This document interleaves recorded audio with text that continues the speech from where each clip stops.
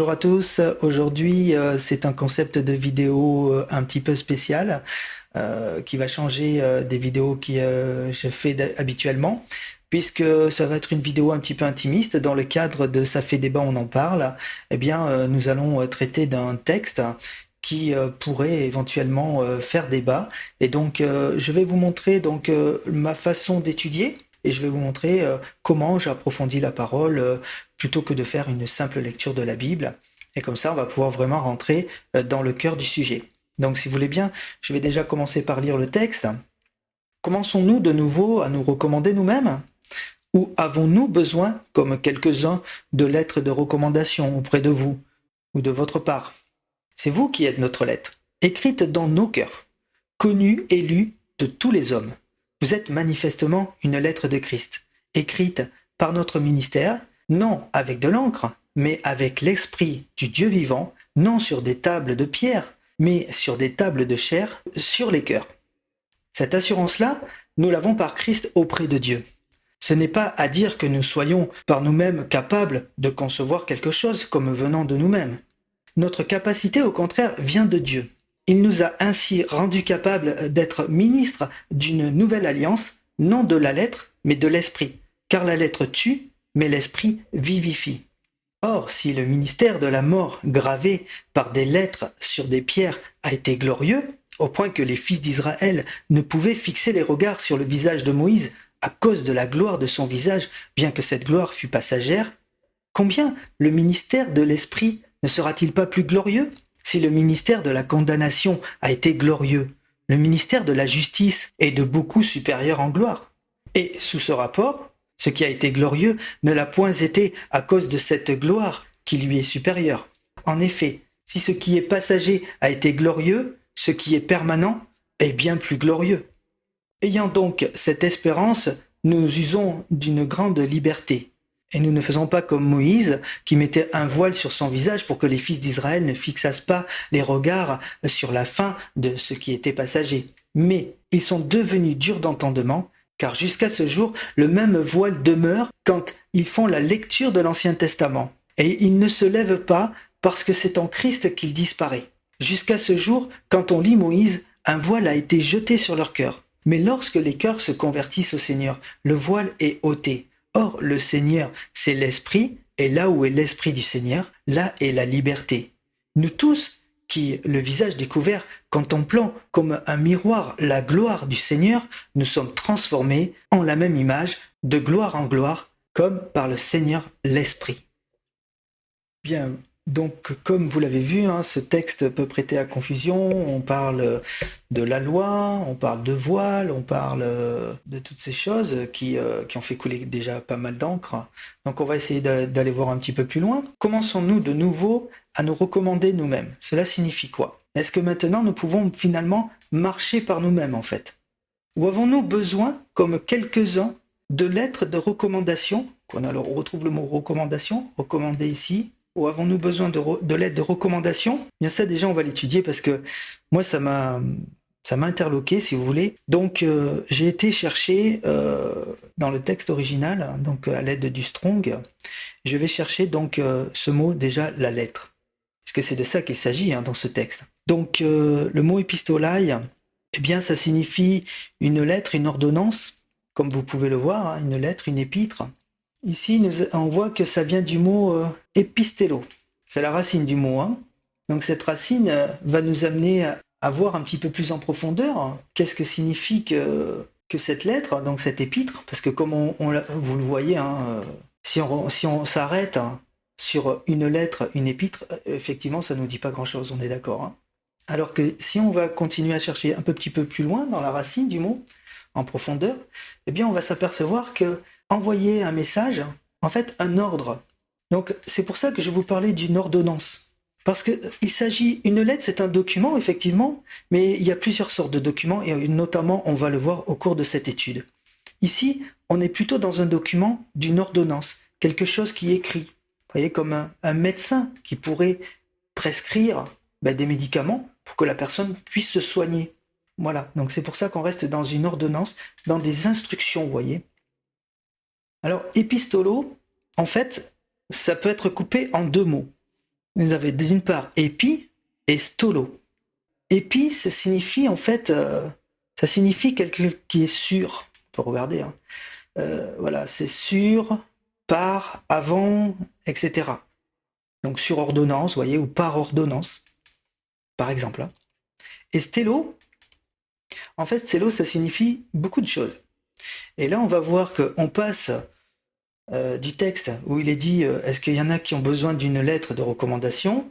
Eh bien, on va voir que ici on passe à stello. Alors bon, c'est un dérivé évidemment de, vous l'aurez compris, de stylo, hein, stello, stylo. Mais on va voir beaucoup de mots d'ailleurs qu'on connaît finalement, puisque ça vient du grec. Donc dans stello, on va voir qu'ici c'est mettre, placer, mettre en ordre, arranger. Donc c'est plutôt, vous voyez, c'est plutôt ordonner, arranger, se préparer, s'équiper. Vous voyez, on a des mots préparer, équiper, arranger. Je ne sais pas pour vous, mais moi ça me fait penser étonnamment à l'épouse de Christ qui doit se préparer. Vous voyez?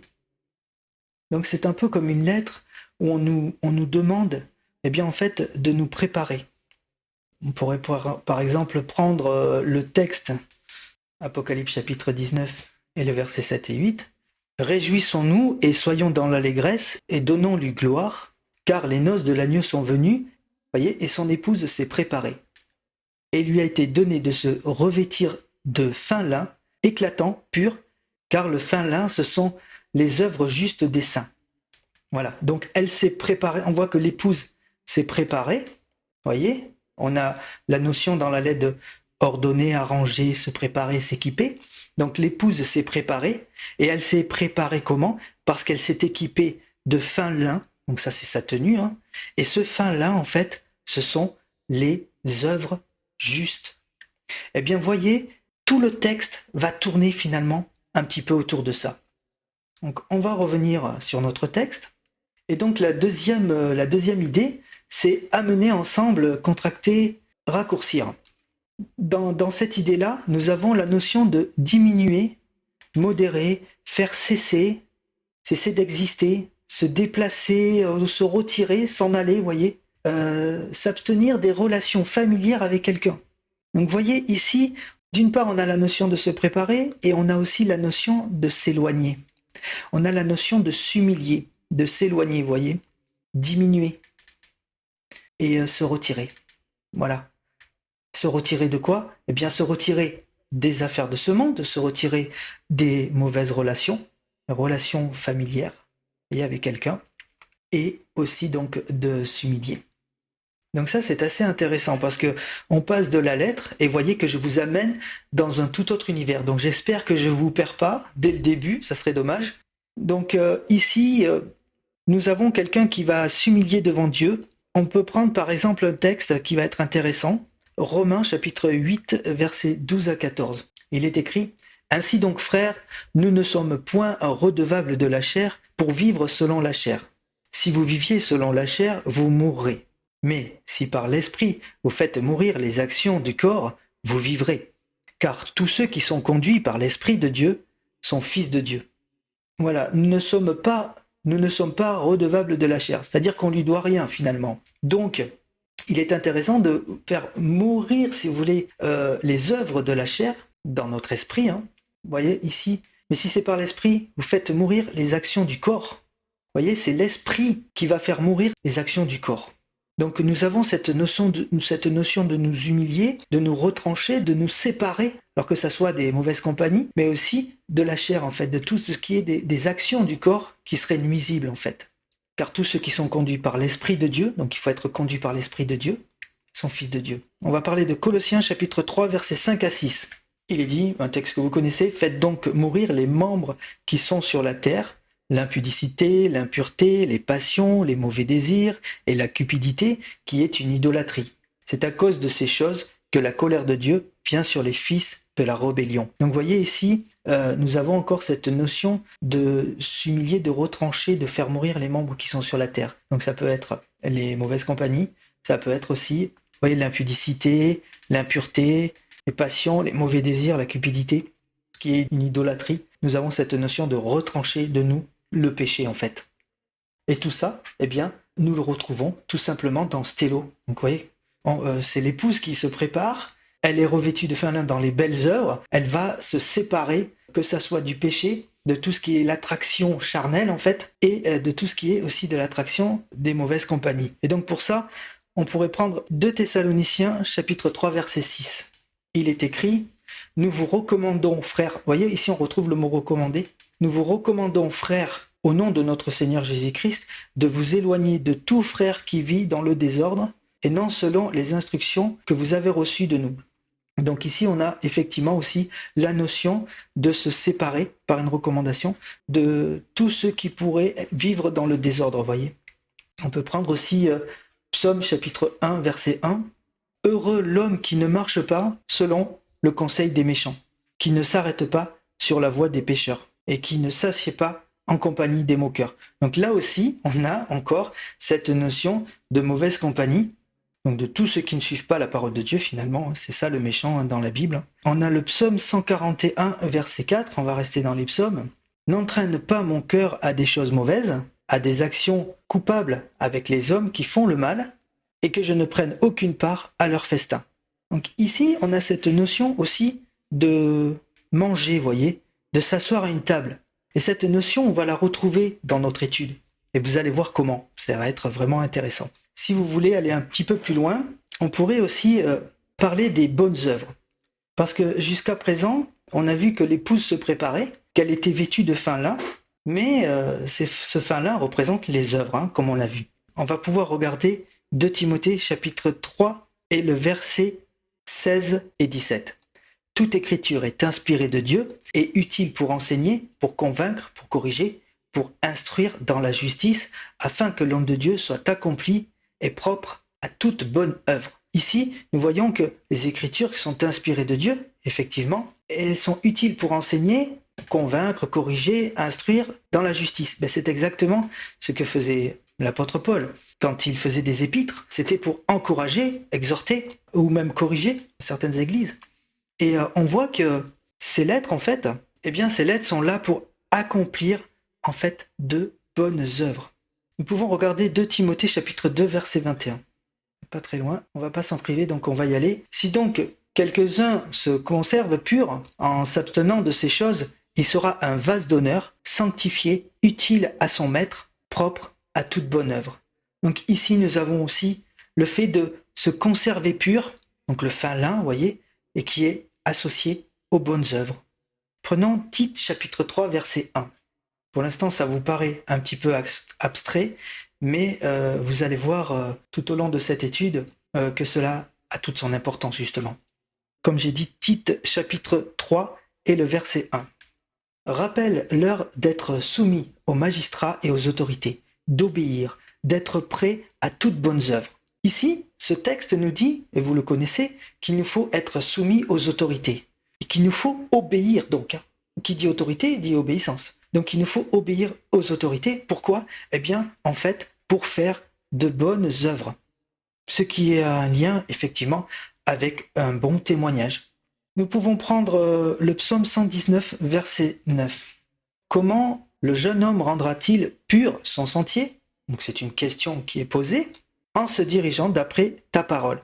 Donc ici, nous voyons dans ce texte que pour être pur, donc pour être revêtu de fin lin, pour marcher sur le sentier de Dieu, qu'est-ce qu'il nous faut faire ? Il nous faut se diriger, donc s'orienter par la parole de Dieu.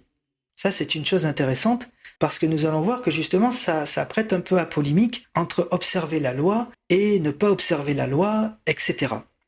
Donc là, il est bien clair qu'un jeune homme, alors un jeune homme, vous pouvez aussi comprendre et entendre quelqu'un de nouveau converti, qui peut même avoir 70 ans, c'est pas un problème. Comment il va faire pour être pur, faire de belles œuvres du coup ? En se dirigeant d'après la parole. Voilà. Donc nous avons vu aussi dans l'étude de la lettre, qu'il nous faut nous diminuer, donc faire cesser d'exister, c'est-à-dire s'humilier. On va prendre Ésaïe chapitre 53 et le verset 4 justement.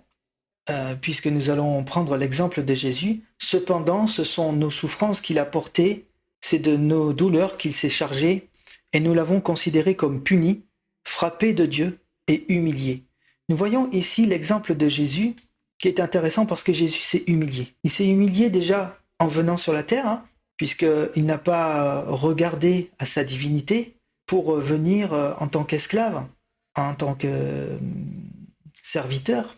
Donc il s'est humilié, et il s'est humilié jusqu'à la mort, hein, j'ai envie de dire, parce que, comme le texte nous le dit en Ésaïe, puisque oui, on parle dans Ésaïe 53 hein, de Jésus. On peut prendre aussi Deutéronome chapitre 8 et le verset 3.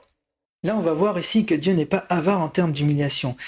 Il est écrit, il t'a humilié, il t'a fait souffrir de la faim, et il t'a nourri de la manne que tu ne connaissais pas et que n'avaient pas connu tes pères, afin de t'apprendre que l'homme ne vit pas de pain seulement, mais que l'homme vit de tout ce qui sort de la bouche de l'Éternel. Une parole évidemment que Jésus va reprendre lorsqu'il va être tenté par le diable.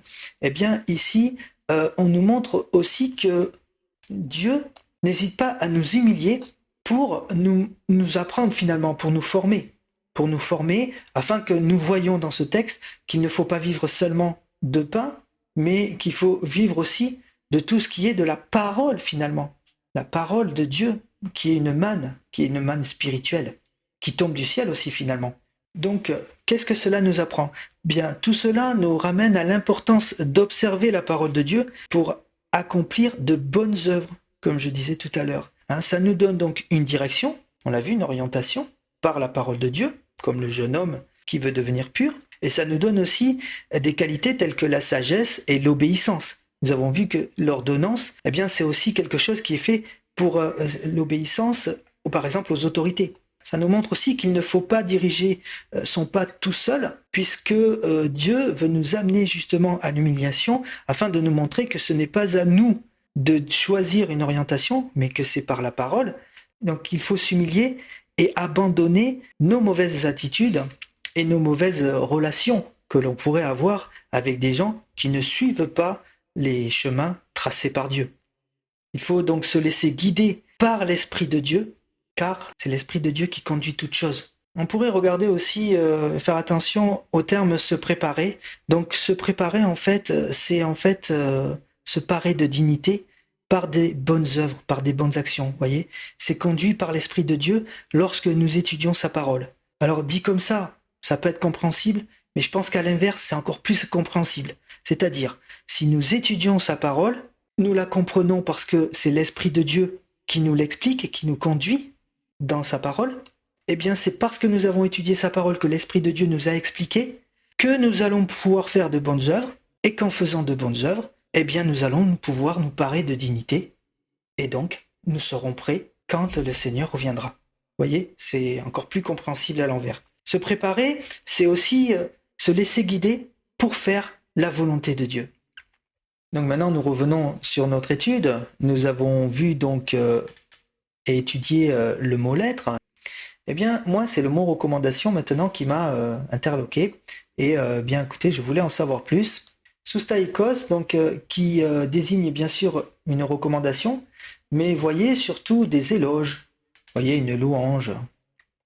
Une recommandation, comme tout le monde le sait, c'est effectivement le fait de signaler à quelqu'un, de porter son attention sur quelque chose ou bien sur quelqu'un d'autre. Alors, ça va mettre en lumière, si vous voulez, la dignité, l'estime ou la valeur de quelque chose ou de quelqu'un. Donc, recommander, en fait, c'est le fait de conseiller vivement, vous voyez. Voilà, je vous conseille vivement, je recommande, je vous conseille vivement quelque chose ou quelqu'un. On a étudié le mot lettre et maintenant on est sur le mot recommandation. Donc en réalité, en fait, on est sur une lettre recommandée. Et oui, quand vous recevez une lettre recommandée, le facteur sonne, il vous passe le courrier et il vous demande de signer. Et cette signature, c'est ce qu'on va appeler un autographe. Et bien ça aussi, on va pouvoir l'étudier. Et vous allez voir, c'est assez intéressant. Donc, la recommandation, en fin de compte, c'est une exhortation.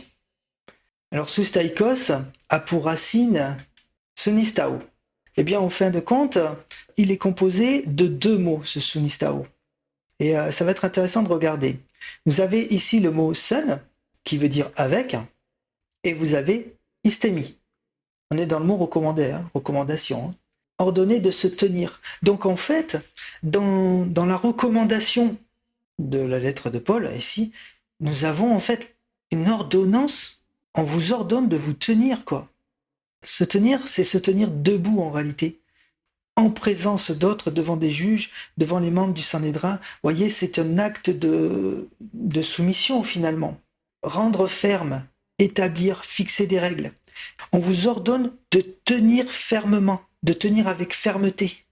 Vous voyez, se tenir debout, être ferme, établir, donc quelque chose qui est établi, se tenir devant, debout. Ça me rappelle évidemment, bien sûr, devant le trône, etc. Et on a la notion aussi de maintenir. On a se tenir et maintenir. Donc une recommandation, ça a la racine de tenir et de maintenir. Se tenir immobile, tenir ferme. Voyez, encore, on retrouve ce mot, la fermeté, être immobile, se tenir debout. Eh bien, voyez, moi, ça me paraît, si on compare avec un soldat, eh bien, on peut dire que c'est un garde à vous, tout simplement. Eh oui, n'allons pas par quatre chemins. Ici, nous avons un garde à vous. Eh oui, une recommandation, c'est un garde à vous. C'est une soumission à l'autorité, quand le soldat est au garde à vous, le chef dit garde à vous, tout le monde se met droit, se tient debout, fermement, lève le menton, il a une attitude digne, et c'est une notion, comme on le voit par exemple pour les soldats même quand ils défilent. Vous voyez, chez nous en France, le 14 juillet, par exemple, quand ils défilent sur le champ de Mars, eh bien, on a cette notion, les soldats marchent droit, ils ont une démarche ferme, c'est une démarche avec dignité. Donc, on a la notion de soumission à l'autorité, de tenir ferme, et une démarche de dignité. Vous voyez, ça correspond à exactement ce que je vous disais tout à l'heure. Se préparer, eh bien, c'est se parer de dignité. C'est ça, avec des bonnes œuvres, des bonnes conduites. Vous voyez, c'est ça en fait, la recommandation. Et tout ça, on ne peut pas le voir si on fait juste une simple lecture. Commençons-nous de nouveau à nous recommander nous-mêmes, ou avons-nous besoin, comme quelques-uns, de lettres de recommandation? Eh bien là, ça signifie quoi en fait? Est-ce que nous commençons maintenant à marcher par nous-mêmes, avec dignité? Ou est-ce que nous avons encore besoin de fermeté, d'être affermis dans le Seigneur? Est-ce que nous avons encore besoin d'ordonnance, de faire des consultations tout le temps chez son pasteur ou autre, comme un petit enfant qui a besoin finalement de médicaments pour se soigner? Est-ce qu'il ne peut pas marcher par lui-même? Vous voyez, on est sur deux phrases. Je vous rassure, le reste ira beaucoup plus vite. Mais si vous voulez, voilà comment je procède. Généralement, quand on étudie un texte, eh bien, on va tout simplement d'abord faire un zoom sur l'introduction. Pourquoi l'introduction? Parce que tout simplement, l'introduction, eh bien, quand l'auteur va vouloir nous dire quelque chose, eh bien, il va mettre l'accent sur de quoi il veut parler. Et ça, il va le mettre dans l'introduction, dans le début de la lettre. C'est pourquoi, bien souvent, il y a des textes qui ont été mal compris, et quand on regarde à l'introduction, on se dit « Ah, mais en fait, il voulait parler de ça ». Et ça, c'est parce qu'on n'a pas zoomé sur le début de la lettre. Mais je prends un petit peu de temps là-dessus, parce que le début, c'est extrêmement important. Donc voilà, par deux lignes, déjà tout ce qu'on peut sortir de la parole, tout ce qu'on peut extraire, tout le jus qu'on peut sortir de ce texte. Vous voyez comme quoi c'est vraiment enrichissant d'aller chercher un petit peu plus loin qu'une simple lecture. C'est un petit peu, si vous voulez, comme quelqu'un qui parlerait de films, mais en regardant juste des bandes annonces. Ah, j'ai vu tel ou tel film. Ah, celui-là, il est bien. Ah, celui-là, il a l'air bien. Celui-là, il a l'air bien. Mais en réalité, il n'a vu que les bandes annonces. Et lire un texte sans aller chercher en profondeur, c'est un peu comme regarder une bande annonce sans avoir vraiment vu le film. Et des fois, eh bien, on peut se tromper.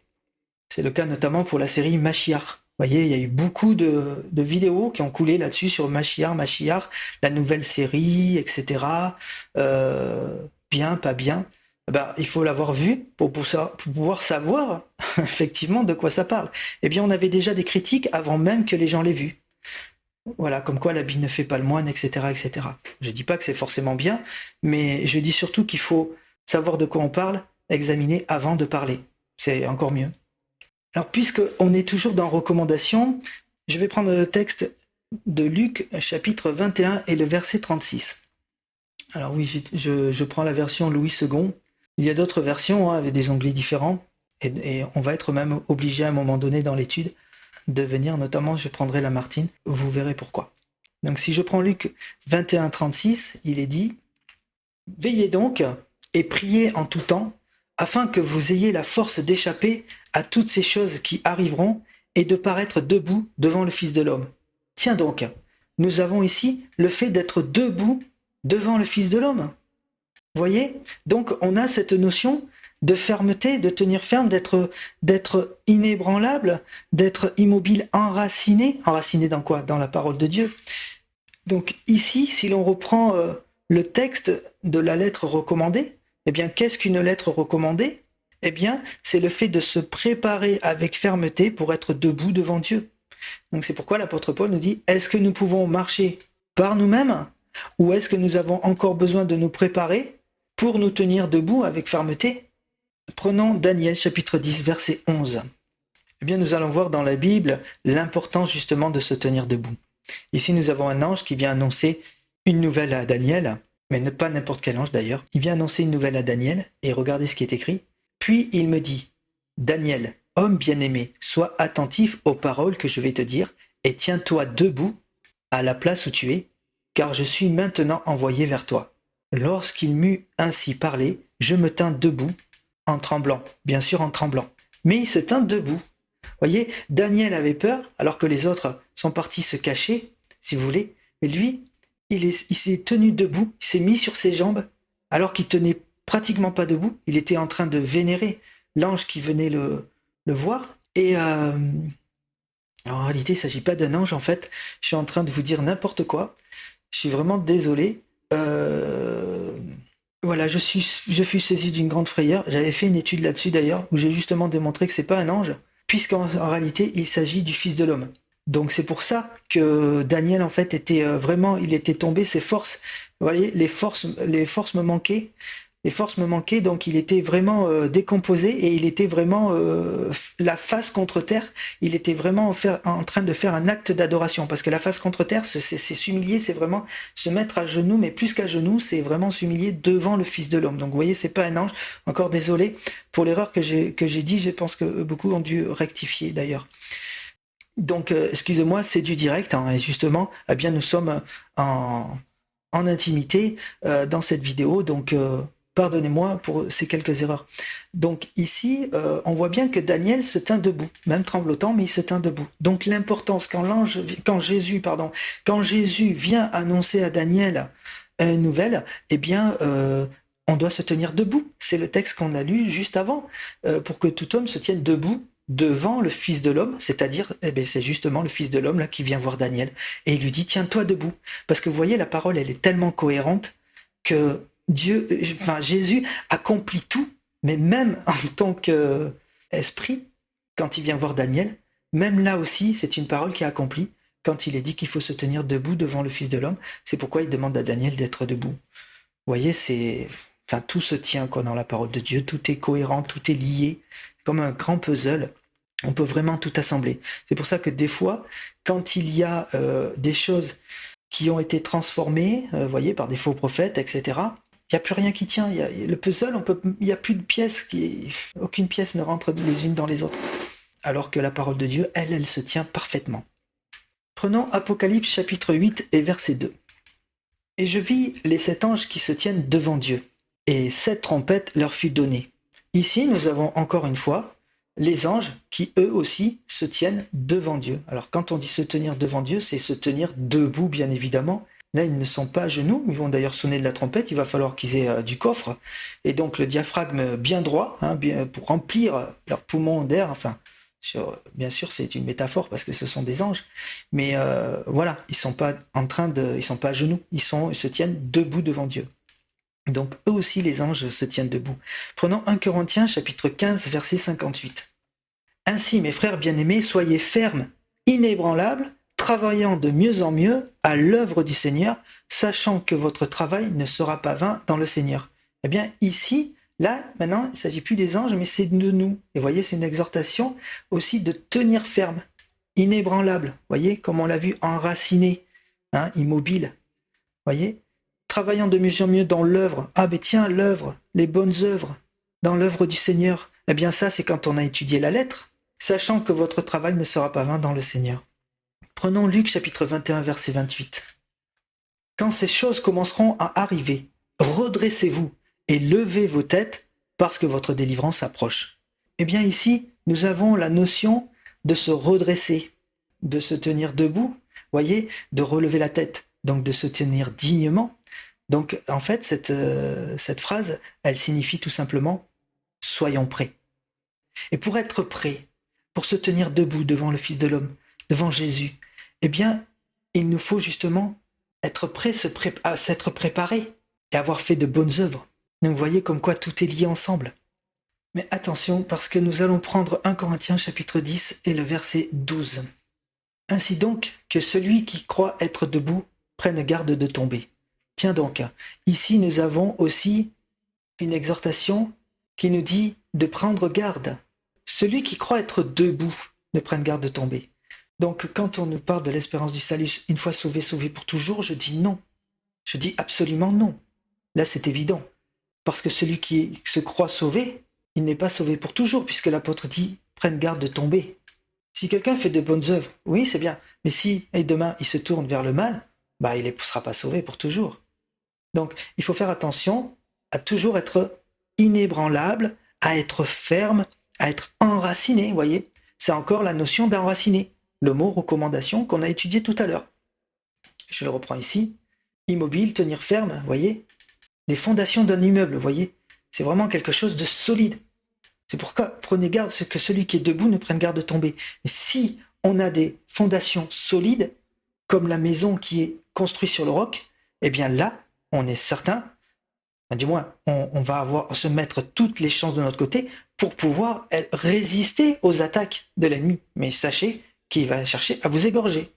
Donc il faut vraiment se maintenir, voyez, et subsister. Et voilà.